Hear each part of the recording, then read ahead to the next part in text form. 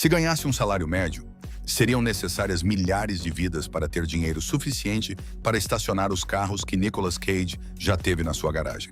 No seu auge, esta estrela de Hollywood possuía mais de 50 carros, desde Ferrari raros, Bugatti clássicos até Rolls-Royce de super luxo e lendários Jaguar de corrida. Uma coleção que deixaria muitos multimilionários com inveja.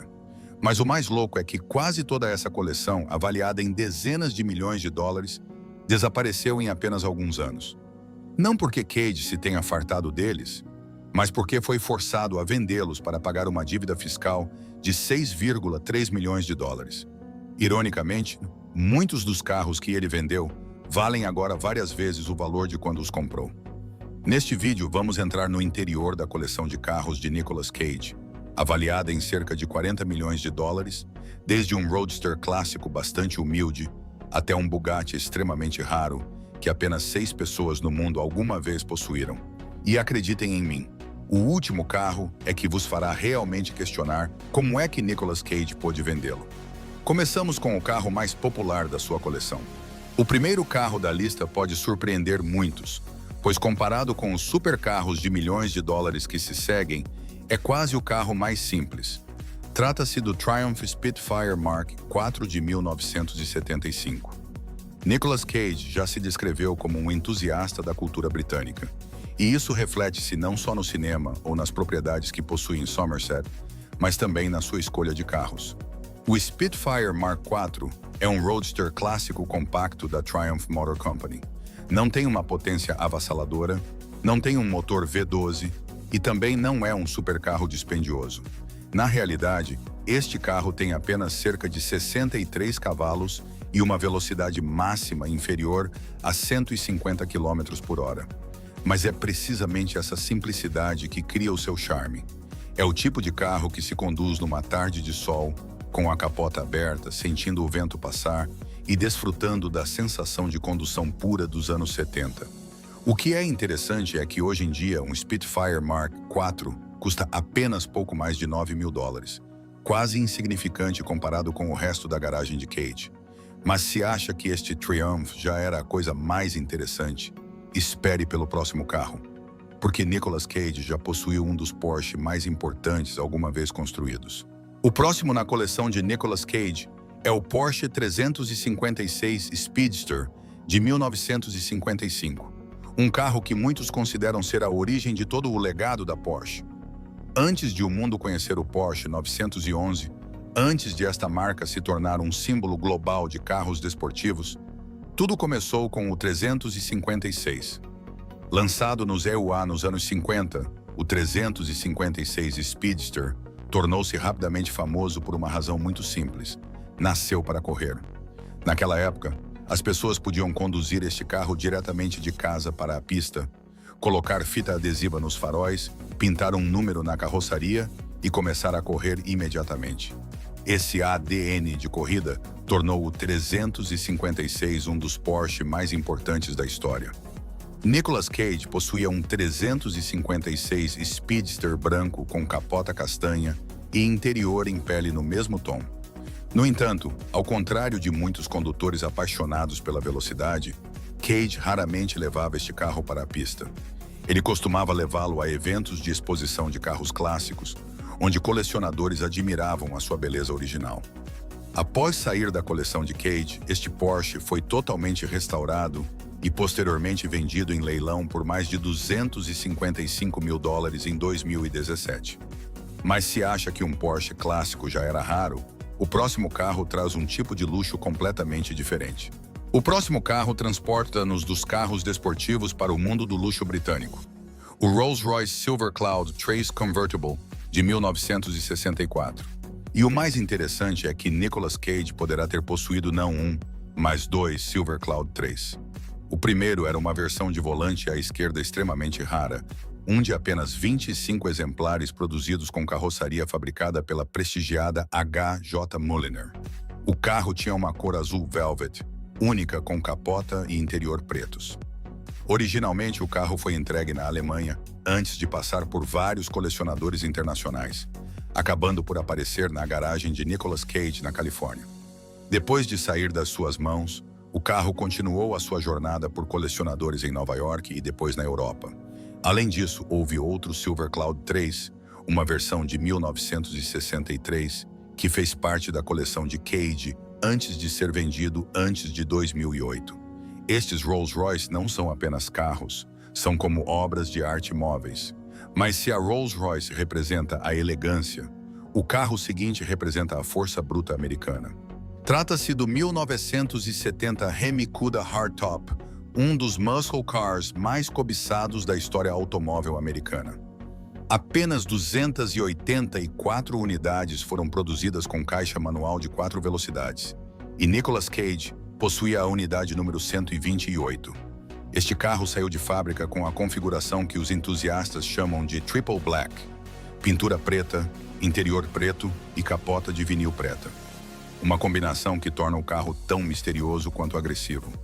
O que o torna ainda mais especial é o fato de ser um carro totalmente numbers matching, o que significa que todo o motor e componentes mecânicos permanecem exatamente como saíram de fábrica, tendo sido inclusive confirmado pelo famoso especialista da Mopar, Galen Govier.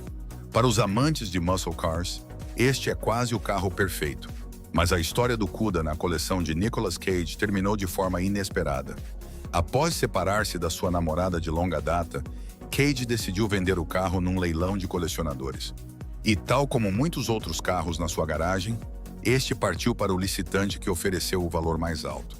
Mas se o Hemi Cuda é o músculo americano, o carro seguinte é o pesadelo da velocidade vindo de Itália. O carro seguinte é o Lamborghini Diablo VT, um verdadeiro supercarro italiano. Depois de participar no filme Running with the Devil, Nicolas Cage encomendou o Diablo com uma cor de pintura muito especial, laranja vibrante. A razão é bastante interessante. O filme favorito de Cage é Laranja Mecânica, e ele queria que o seu Lamborghini refletisse isso. Mas este Diablo não era uma versão normal.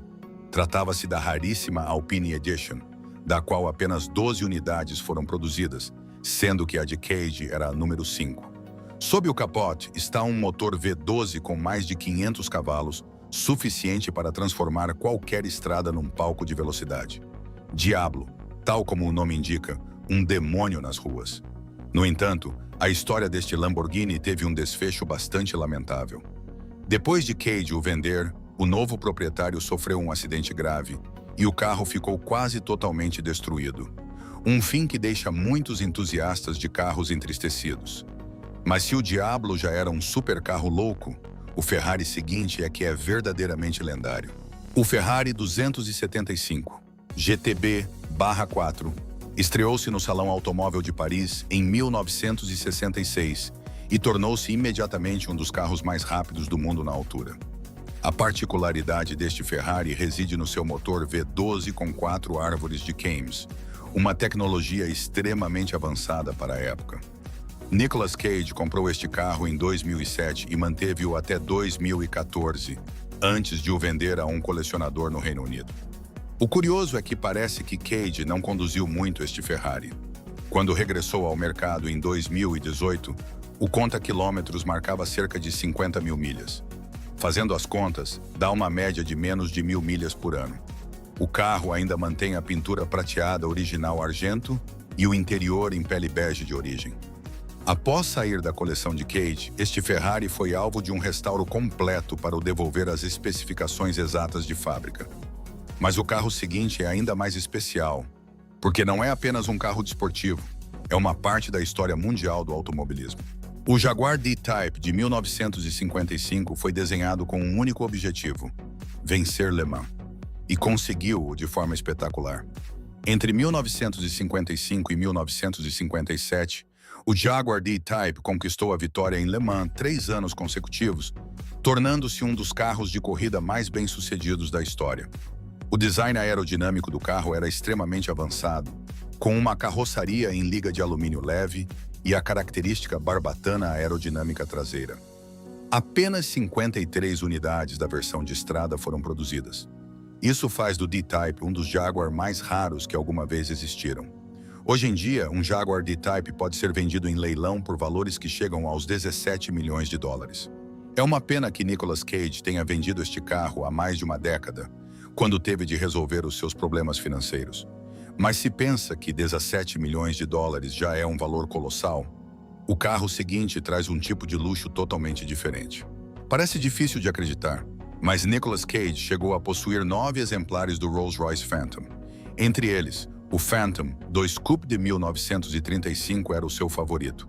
Apenas 19 unidades do Phantom II Coupe foram produzidas, e destas, apenas 2 foram construídas pela empresa de carroçarias Hooper. Isto torna o carro num dos Rolls-Royce mais raros que ainda existem. Este Phantom chegou, inclusive, a aparecer no filme O Aprendiz de Feiticeiro, de 2010, protagonizado pelo próprio Cage. No interior do carro existe ainda um baú da Louis Vuitton contendo um conjunto de piquenique original dos anos 30. Um pequeno detalhe que demonstra o nível de luxo do veículo. O seu valor é estimado em mais de 800 mil dólares em leilões. Mas se a Rolls-Royce representa o luxo clássico, o carro seguinte representa a velocidade absoluta. O Ferrari Enzo é um dos supercarros com o ADN de Fórmula 1 mais forte alguma vez colocado nas ruas. Batizado em honra do fundador Enzo Ferrari, este carro foi considerado o símbolo da tecnologia Ferrari no início dos anos 2000. Consegue atingir uma velocidade máxima de cerca de 221 milhas por hora e acelerar do 0 aos 100 km por hora em pouco mais de 3 segundos. Quando Nicolas Cage estava no auge da sua carreira com uma série de filmes de sucesso, decidiu adquirir este supercarro para a sua coleção. Mas tudo mudou quando surgiu a dívida fiscal de 6,3 milhões de dólares. Para resolver os seus problemas financeiros, Cage foi forçado a vender o Ferrari Enzo. A ironia é que, se o tivesse mantido, o valor do carro hoje em dia poderia ser 5 vezes superior ao que pagou por ele. Mas nem o Ferrari Enzo era o carro mais raro da coleção de Nicolas Cage. O último é que é verdadeiramente uma lenda. Após a Segunda Guerra Mundial, muitos acreditaram que a Bugatti tinha chegado ao fim. O fundador Ettore Bugatti faleceu, o seu filho Jean Bugatti tinha morrido anteriormente e a fábrica estava praticamente abandonada. Mas em 1951, a Bugatti regressou surpreendentemente com um último projeto, o Type 101. Apenas 6 chassis foram construídos para este modelo, e Nicolas Cage possuía o mais especial de todos. Trata-se do único Type 101 com carroçaria fabricada pela Van Anten e foi exibido no Salão Automóvel de Paris de 1951. Antes de chegar a Cage, o carro pertenceu a Bill Harrah, o famoso magnata dos cassinos que possuía uma coleção de mais de 1.500 carros. Um historial perfeito para um Bugatti extremamente raro. Carros como este são quase impossíveis de recomprar com dinheiro, pois fazem parte da história da indústria automóvel. E o que causa mais pesar a muitos é o fato de Nicolas Cage ter acabado por ter de o vender quando a sua coleção começou a desmoronar-se. Se Nicolas Cage pudesse trazer um carro da sua coleção de volta para a garagem, qual acha que seria? O Ferrari Enzo, o Jaguar D-Type ou o raríssimo Bugatti Type 101? Diga-me a sua escolha nos comentários. E se gosta de histórias sobre coleções de carros loucas de celebridades, não se esqueça de deixar o seu like e subscrever o canal, porque no próximo vídeo vamos explorar uma coleção ainda mais louca do que esta.